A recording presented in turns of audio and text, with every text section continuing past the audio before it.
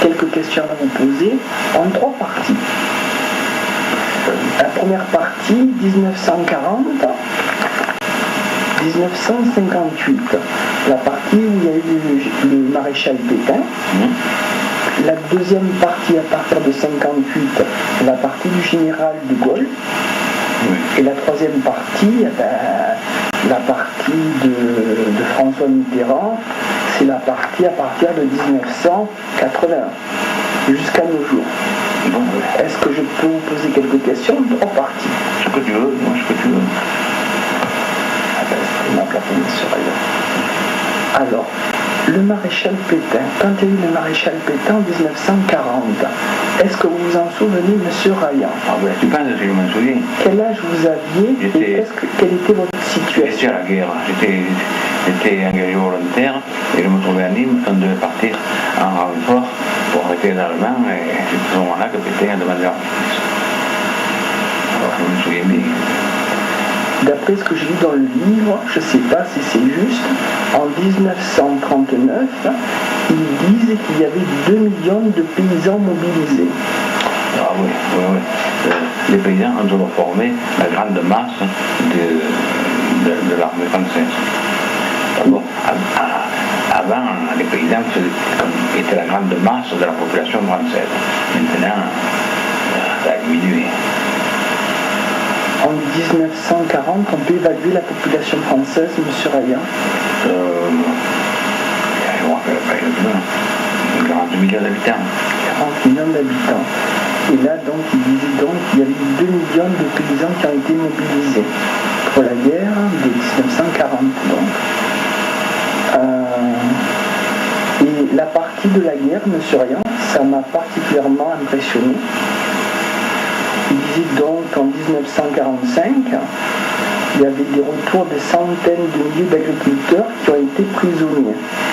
Ces agriculteurs prisonniers, comment ça se passait, M. Rayan? Est-ce qu'ils avaient un statut de prisonnier particulier? Mais il y en avait de toutes sortes. Il y en avait qui étaient dans des stalags, c'est-à-dire des camps, et il y en avait qui étaient dans des fermes. Et moi j'ai un collègue, il était dans une ferme et il baisait la patronne, la fille de la patronne, pendant que le patron se faisait tuer en Russie. C'était arrivé, pas le patron. Il y en a qui avaient la chance d'être dans une ferme, le patron était sur le front russe, et il n'y a que. Il n'y a pas de. Pour l'amour, il n'y a pas de patrie. Ils étaient prisonniers donc en Allemagne. Oui. Est-ce qu'ils avaient des contacts avec leur famille et leurs amis français? Ah, ben ils écrivaient. Ils avaient le droit d'écrire alors. Ça, je ne savais pas. Oui. Le gouvernement de Vichy, il prenait quelle politique pour les agriculteurs et qu'est-ce qu'il fit appliquer, M. Rayan? Ben, le gouvernement de Vichy, il favorisait les agriculteurs parce qu'il fallait manger. Et c'est les agriculteurs qui voulaient manger la nation. Est-ce que ça, concrètement, est-ce qu'il y avait des directives? On disait produisez tant que vous pouvez. Il n'y a pas le moyen de produire beaucoup, puisqu'il n'y avait pas d'engrais, il n'y a pas de produits anticryptogamiques, il y avait moins de filets par le tracteur, il y avait peu de chevaux, les chevaux avaient été réquisitionnés. Enfin, les paysans ils faisaient ce qu'ils pouvaient, hein. Et puis ceux qui n'étaient pas, ils ne pouvaient pas travailler. À partir de 1950, M. Rayan, et paraît-il en moins de 30 ans, il y a eu un bond prodigieux pour l'agriculture. Comment ça s'est passé ce bond en 30 ans? Il y avait les produits chimiques, il y avait les machines, et on avait encouragé les paysans à produire beaucoup. Et ils ont produit beaucoup. Voilà. Et après, il y a eu la surproduction. Voilà. Et par rapport à la guerre, M. Rayan, quand les terres agricoles ont été, on leur a enlevé leur main d'œuvre, c'est pendant 6 ans à peu près. Mais il y a eu, les prisonniers sont restés 5 ans, prisonniers. Il y en a qui ont été libérés un peu avant. Des fois, il y a des paysans qui étaient libérés avant. Et donc pendant à peu près 5-6 ans, il y a eu une l'exploitation de la main-d'œuvre agricole. Ah oui. Et ça se traduit comment pour les terres? Ah ben ça se traduit qu'il y a eu des terres qui ont été moins travaillées, moins bien travaillées. Est-ce que ça peut prêter beaucoup de conséquences qu'on ne travaille pas des terres pendant 5-6 ans? Ah, mais les terres qu'on ne travaille pas ne produisent pas. Hein. Les ronces reviennent, on s'explique bien dans le livre. Hein. Que dès qu'on ne travaille plus, les ronces reviennent. Hein. Moi j'ai un terrain là, qu'il y a pour qu'après qu'il ait pu travailler, c'est une forêt. Hein. En 3-4 ans, le terrain qui était cultivé devient inculte et il y a beaucoup de ronces. Comment ça se passe? Est-ce qu'on continue à l'arroser, même si on n'arrose pas? Comment ça se passe? Ah, mais naturellement, les ronces poussent, les ronces, pas seulement les ronces, il y a la végétation arbusive, là, les arbres. Si c'est humide, c'est les peupliers, si c'est pas humide, c'est les chênes. Et le bois il gagne de suite. Hein. Dès qu'on ne travaille plus, la forêt revient. Il y a une information, je ne sais pas si elle est juste, et je souhaite vous demander, M. Rayan, 50 à 60 000 agriculteurs perdirent la vie en 1940. Est-ce que c'est juste? Ça fait beaucoup, 50 à 60 000 agriculteurs. C'est pas impossible, parce que je crois que la perte des Français, c'est 100 000 personnes, je crois que c'est ça, pour la guerre entre ceux qui sont morts sur le front, ceux qui sont morts en déportation, ceux qui sont morts en captivité, je crois que c'est 100 000 personnes. Je ne sais pas si je ne dis pas des conneries, mais ça faut que je le contrôler. Je contrôle tout ça. D'après le livre toujours, 200 000 exploitations agricoles détruites. Qu'est-ce que ça signifie une exploitation agricole qui est détruite? Ah oui, c'est pas difficile. Le jour où une exploitation agricole, il n'y a plus personne pour l'exploiter, pour une raison ou pour une autre, elle disparaît. Hein. Alors, les terres se partagent, les voisins en prennent un peu, mais l'exploitation disparaît. Jusqu'en 1948, la régression des terres cultivées est de près de 2 millions d'hectares. Est-ce que c'est juste 2 millions d'hectares? Ça fait combien par rapport à une superficie de la France? Ah, ça, je ne peux pas te le compter. Ça faudrait que tu saches la superficie de la France, que tu vois, il faut faire le pourcentage. C'est vrai que l'objet de ma question n'est pas tout à fait heureux. Peut-être j'aurais dû le poser différemment. La régression des terres cultivées de près de 2 millions d'hectares, ça manque en nourriture pour beaucoup de personnes. Maintenant, généralement, quand une exploitation disparaît, les voisins prennent les terres, surtout les meilleures. Alors, ce qui fait qu'il y a moins d'exploitation, il y a moins de paysans, mais il y a la même production. Et dans le temps, les paysans ils vivaient avec de petites parcelles. Maintenant, il faut que les grands terrains. Alors, les paysans sont nombreux, ils sont allés à la ville, et ceux qui sont restés, ils ont pris les terres des autres. La France, à cette époque, avait faim. L'Europe avait faim. Il fallait donc produire. Ah oui, bien sûr. Et donc dans l'agriculture, justement ce que vous me disiez auparavant, M. Rayan, il y a eu des techniques de culture beaucoup plus modernes. Ah, ben, quel genre de technique? Ah, les tracteurs. Non pas les tracteurs se développaient. Hein. Il y a eu moins de chevaux, plus de tracteurs. Ce qu'on appelait la mécanisation. Oui. Pour pouvoir les tracteurs, il fallait qu'il y ait du gasoil. Hein. Votre premier tracteur, est-ce que vous en souvenez? Mon premier tracteur, il venait d'Angleterre. C'était un Marcel Ferguson à essence qui venait d'Angleterre. Le gouvernement français l'avait échangé contre des boîtes de conserve. Moi, ce que je me rappelle. Des nouvelles semences ont apparu à partir de cette époque? Ah ben, toujours il y a appelle, il y a l'IRA, comment ça s'appelle, hein. C'est l'initiale, mais c'est pas le nom, qui sélectionne. National de l'agriculture. Qui sélectionne. Il y a toujours des nouvelles qualités qui sont plus sélectionnées, qui produisent plus, c'est la sélection. Et juste après la guerre, M. Rayan, par rapport à avant la guerre, quel genre de semences nouvelles? Moi, dans le blé, j'ai fait encore le blé qu'on faisait autrefois, qui s'appelait la Tuzelle. Et puis après, j'ai fait la C7. Et puis après, j'ai fait comment il s'appelait ce blé de printemps?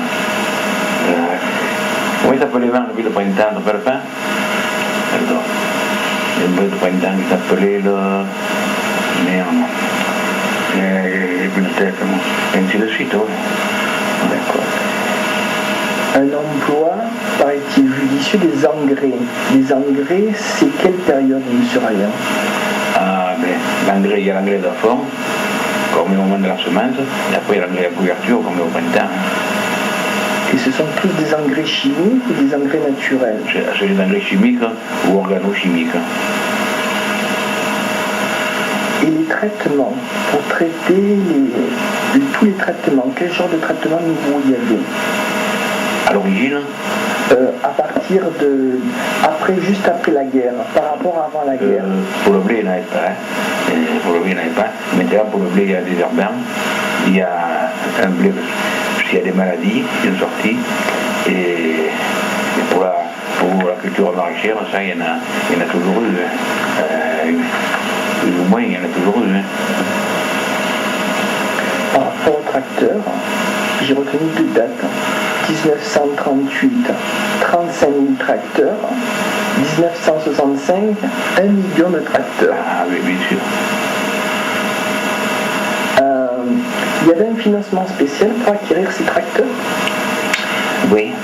Je me souviens pas, mais il y avait non, on faisait des prêts. Moi, j'ai bénéficié du prêt aux jeunes agriculteurs quand j'étais jeune. Et c'était un prêt à 1%, je crois. Un prêt très pour acheter un tracteur. Un prêt donc très intéressant. Ouais. Vous aviez quel âge, M. Rayan, à ce moment de ce Quand c'était mon premier tracteur. Et mon premier tracteur, c'est... Comment on dit? 25 ans. Et pour rembourser un tracteur, ça se passe en combien d'années, M. Rayan? Mais ça n'est pas le prêt qu'on a fait. Par rapport à ce que vous avez obtenu? Moi, je crois qu'on me l'avait fait un prêt de 12 ans. Il y en a qui ont de 20 ans, mais il y en a... Donc ça a mis un peu de 12 ans pour payer votre tracteur. Oui. Les rendements moyens en blé. Et les rendements moyens en blé par rapport à un hectare. Paraît-il, on a multiplié par 2,5 le rendement en 18 ans. 1941, 1950, 14 quintaux 8 à l'hectare. 1968, 36 kg et 36 quintaux et demi. À ce sujet, un quintal, c'est équivaut quelle masse? 1 kg au quintal. Un quintal, c'est 100 kg. Mais il y a eu des variétés. Moi, j'ai fait à Mirande, sur les terres, il y a eu des cultures maraîchères, et après, une céréale après, avec comment t'appelles ce nouveau blé? J'ai eu jusqu'à 5 000 kilos. Pardon, M. Rayan. J'ai eu jusqu'à 5 000 kilos à l'hectare. 5 000 kilos à l'hectare. Avec, maintenant c'est courant d'avoir 5 000 kilos. En quelle année, M. Rayan? Ça, j'étais à Mirande déjà, j'étais marié. Vous allons dire de quelles années?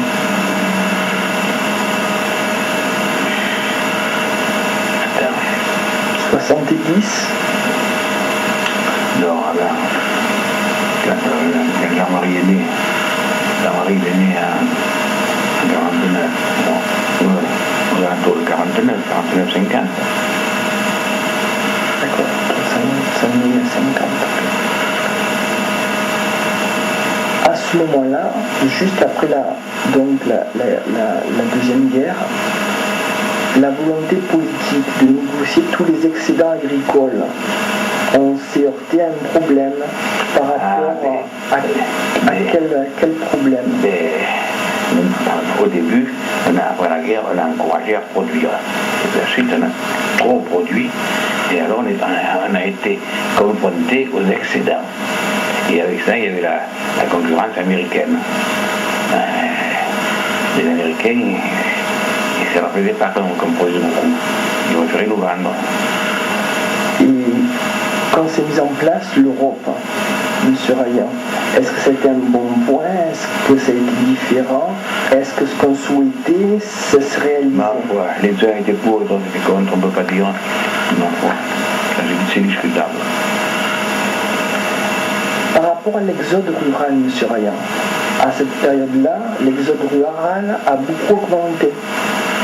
Ben oui, parce que les paysans, ils se rendaient compte que les gens qui étaient à la ville avaient une vie plus facile.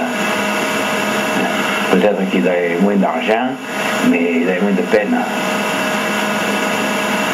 Pour vivre donc. Alors, ils ont préféré changer.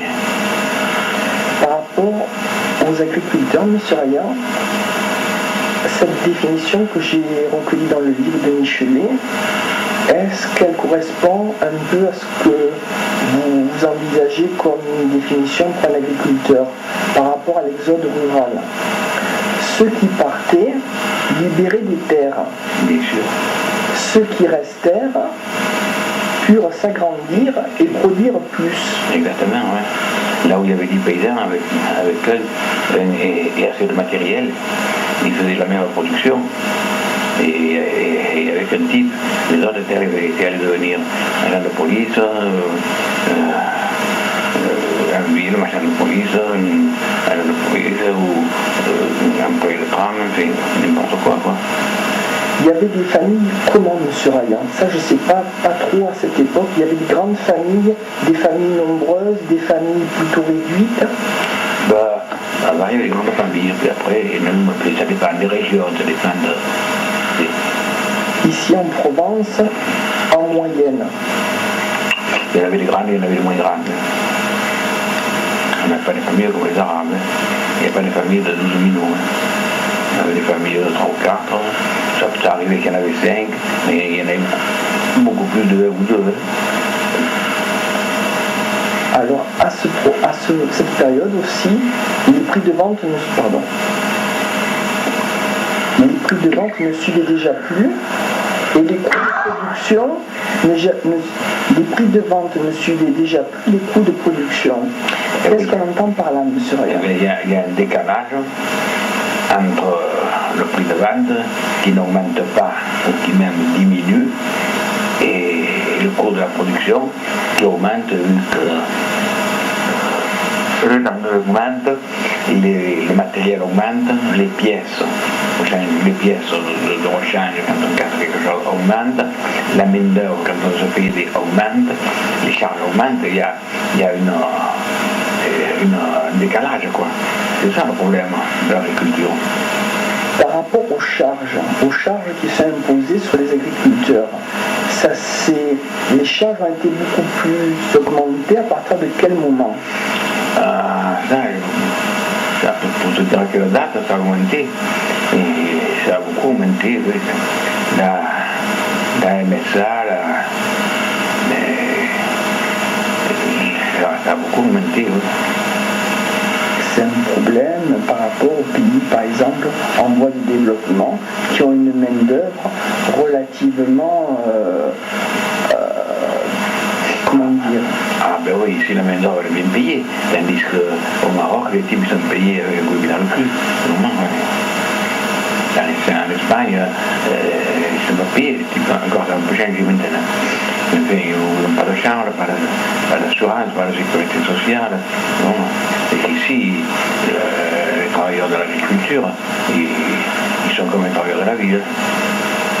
Et ma dernière question, M. Rayan, pour cette première partie, j'ai pas très bien compris cette phrase. compenser par le volume ce que les prix de vente n'apportaient déjà plus. Pourquoi par le volume? On demandait de produire plus, pourquoi? C'est-à-dire le paysan qui voyait ses prix bas, c'était un mauvais calcul, mais enfin, il produisait un peu plus pour faire l'équilibre. Pour rattraper ce qu'il perdait sur la vente, il essayait de le rattraper sur la quantité. Alors qu'il aurait fallu que les paysans s'entendent et produisent moins pour faire remonter les prix. Mais là, au contraire, ils voyaient que c'était moins payé d'en faire un peu plus pour faire la même somme d'argent. Comment ça se fait qu'il y avait eu cette politique qui était mise en place? Et qui a mis cette politique? Est-ce que c'est une politique qui est venue toute seule? Oui, ça a été... Oui, c'est venu tout seul, ça c'est pas... Oui. Je vous remercie beaucoup, M. Rien, pour cette première partie. Bon, voilà. On passe peut-être à la deuxième partie. Ah, si tu veux. 1958, quand il y a eu le général de Gaulle, M. Rayan, jusqu'à la période 1981. Si on peut se concentrer sur cette période, M. Rayan. Vous aviez quel âge à peu près en 1958? Là, il faudrait que tu fasses le calcul, je suis né en 21.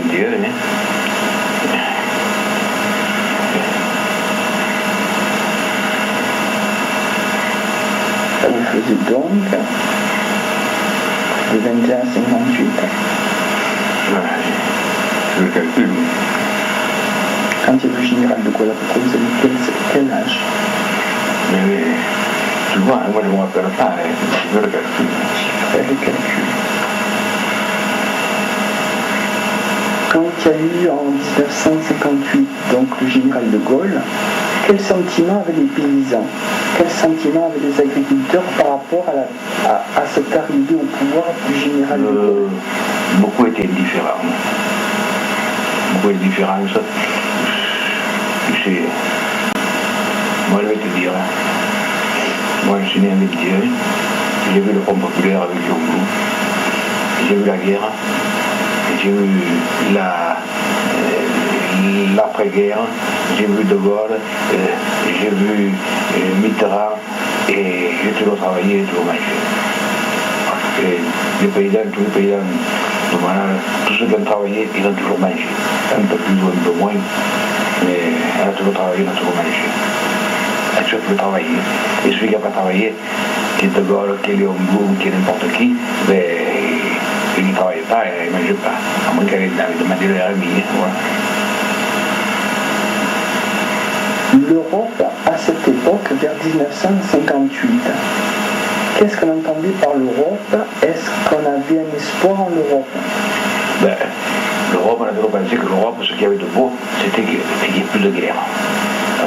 Pendant 2000 ans, les trois grandes races qui peuplent l'Europe, les Latins, les Celtes, les Germains, les Boches, et les Slaves et les Russes se sont entretués pendant 2000 ans.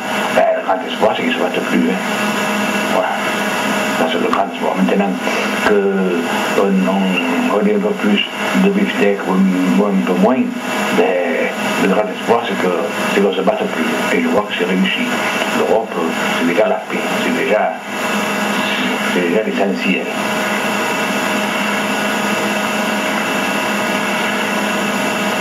Une définition, M. Rayan, pour cette époque, un champ de foire par rapport à l'Europe. J'ai retenu cette définition. Plus les acheteurs sont nombreux, c'est-à-dire plus les consommateurs sont nombreux, plus les vendeurs négocient leurs produits, c'est-à-dire plus les producteurs négocient leurs produits. Est-ce que c'était juste, M. Rayan?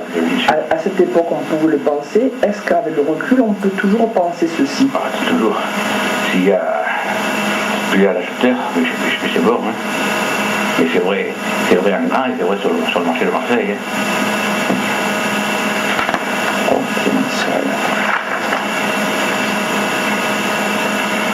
À partir de ce moment, il est possible que donc il n'y ait plus une suivi d'agriculteurs, de père en fils.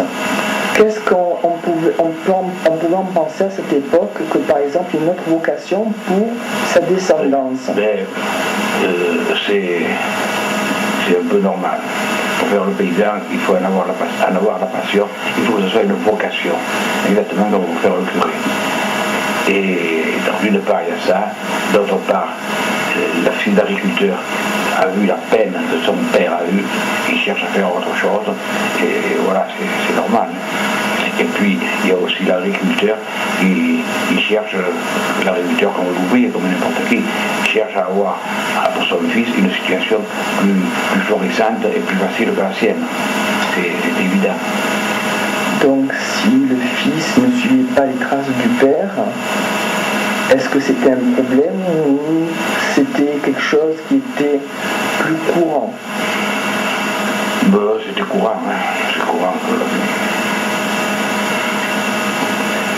Une définition ne serait rien pour un agriculteur que j'ai trouvé par rapport à cette époque, et je souhaiterais avoir votre avis là-dessus. Soigner, embellir, agrandir ses terres afin de les transmettre plus belles. Qu'est-ce que vous en pensez, monsieur? Mais ça a été le rêve de tous les agriculteurs. C'est normal. C'est le rêve de tous les agriculteurs. Agrandir, surtout agrandir. Et embellir, ça, c'est autre chose. Mais là où ils vont faire les plantations, là où il n'y en a pas. Et c'est le rêve de tous les agriculteurs. Ok, monsieur Rayan, par rapport à produire, qu'est-ce que ça signifie exactement? Ça signifie récolter. Produire, c'est récolter. Et produire toujours plus. Ben oui, mais produire, il y a une limite, il y a un danger. Le danger, c'est la surproduction. Et c'est une des bêtises que commettent les agriculteurs. C'est quelque chose qui se vend, on les ouvre un peu plus, mais après on le jette. Ça, J'ai pas compris, monsieur Rayan. Quelque chose qui marche bien, on en fait, et l'année d'après, on le jette. J'ai pas compris. Quelque chose qui se vend bien. Qu'est-ce qu'il faut les paysans? Ils en font un peu plus. Un peu plus. C'est la surproduction, on le jette. Voilà. Ah, d'accord. Ok. D'accord.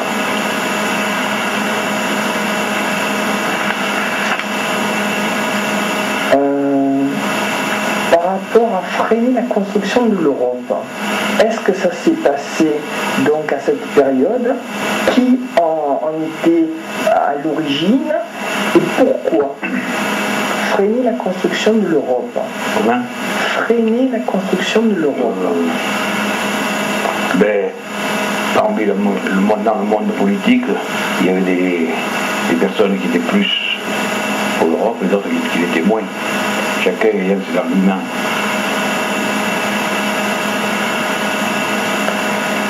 J'ai noté deux points différents par rapport aux Américains. Alors, les Américains pouvaient faire de l'ombre aux agriculteurs français, en priorité par rapport aux éleveurs du Texas, et en deuxième par rapport aux céréaliers du Middle West.